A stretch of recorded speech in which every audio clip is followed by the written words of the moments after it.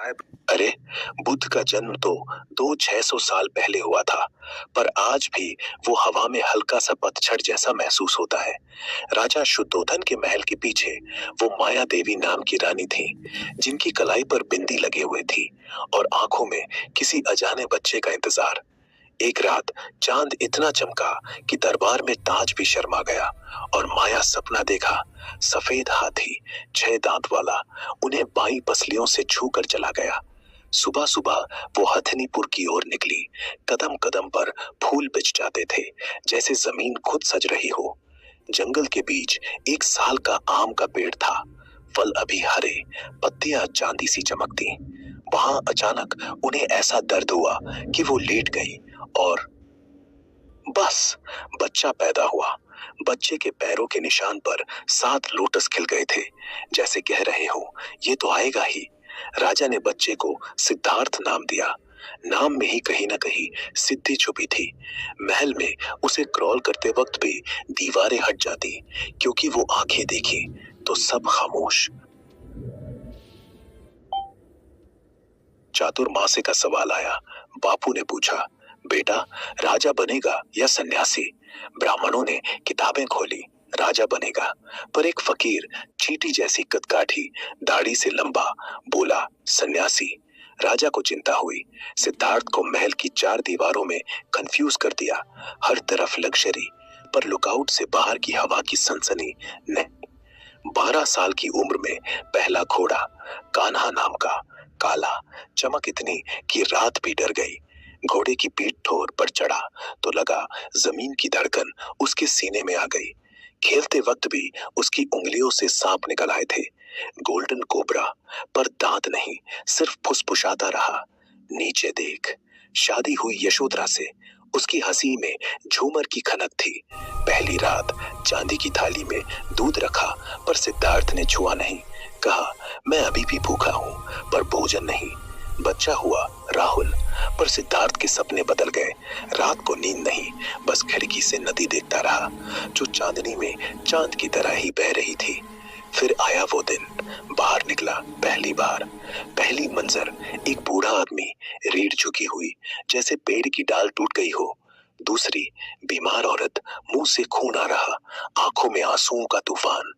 तीसरी, शव यात्रा, लाश को कंधा देकर चलती भीड़, जिसमें माँ की चूड़ियां टूटने की आवाज बज रही थी।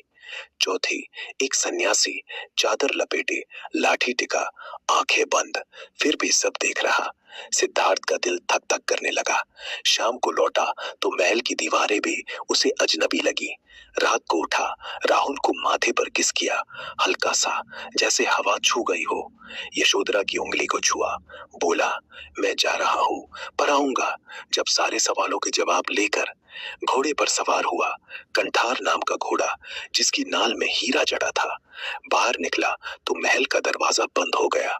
शायद राजा ने खुद बंद किया, शायद खुद नहीं। जंगल में पहुंचा, वस्त्र उतार के, केश मुंडावाए।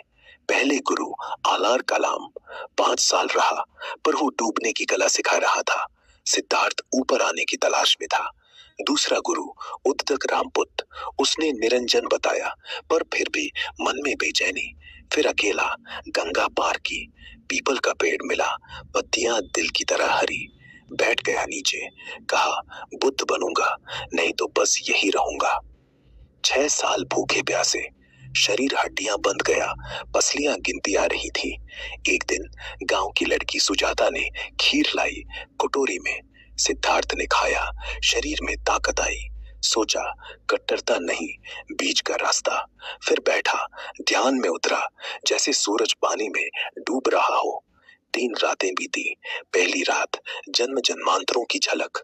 दूसरी, काम कृष्ण छूट गए। तीसरी, मायावती ने आकर डराने की कोशिश की, सांप बनकर लिपटना चाहा, पर वो हंसा, तू भी तो खाली है। सुबह हुई, आंख खुली, नाम हो गया बुद्ध। उठा, 4 यार मिले, कुंदानन, बत्तिया, वप, महानाम। 7 चल पड़े सारनाथ। पहला प्रवचन, वृद्धाओं में हिरण भी रुक गए। मध्यम मार्ग, कहा न कठोर न लाड प्यार। उस दिन बादल टूटे पर बारिश नहीं हुई, बस एक हल्की सी ठंडक। साल बीते, गाजे घूमते रहे, कोल्हा रुख, वैशाली, राजगृह। अजात शत्रु से मिला पर दिल नहीं जीता। फिर शेवेट वन्ना, राजगीर के पास, बीमार पड़ गया, आंतों में दर्द। आनंद उसका सबसे करीबी बोला, रुक जाओ, चलूंगा मैं आगे। बुद्ध ने मुस्कुराया, तू अकेला ही काफी है। कुशीनगर पहुंचा, साल का पेड़ के नीचे लेटा। आनंद रो रहा था। बुद्ध ने कहा, सब बदलता है, रोना क्यों? आखिरी सांस ली, पर ऐसा लगा जैसे सिर्फ हवा ने मुंह टर कर देखा हो। श्मशान में जला, राख से अस्थियां निकली, 8 हिस्सों में बांटी गई। पर जानता है, हर जगह स्तूप बने, पर सबसे बड़ी जगह तो आज भी तेरे दिमाग में है, जहां आप वो पीपल का पेड़ अभी भी हरा है, और नीचे बैठा एक लड़का जो भी सवाल पूछे जवाब खुद दे देता है।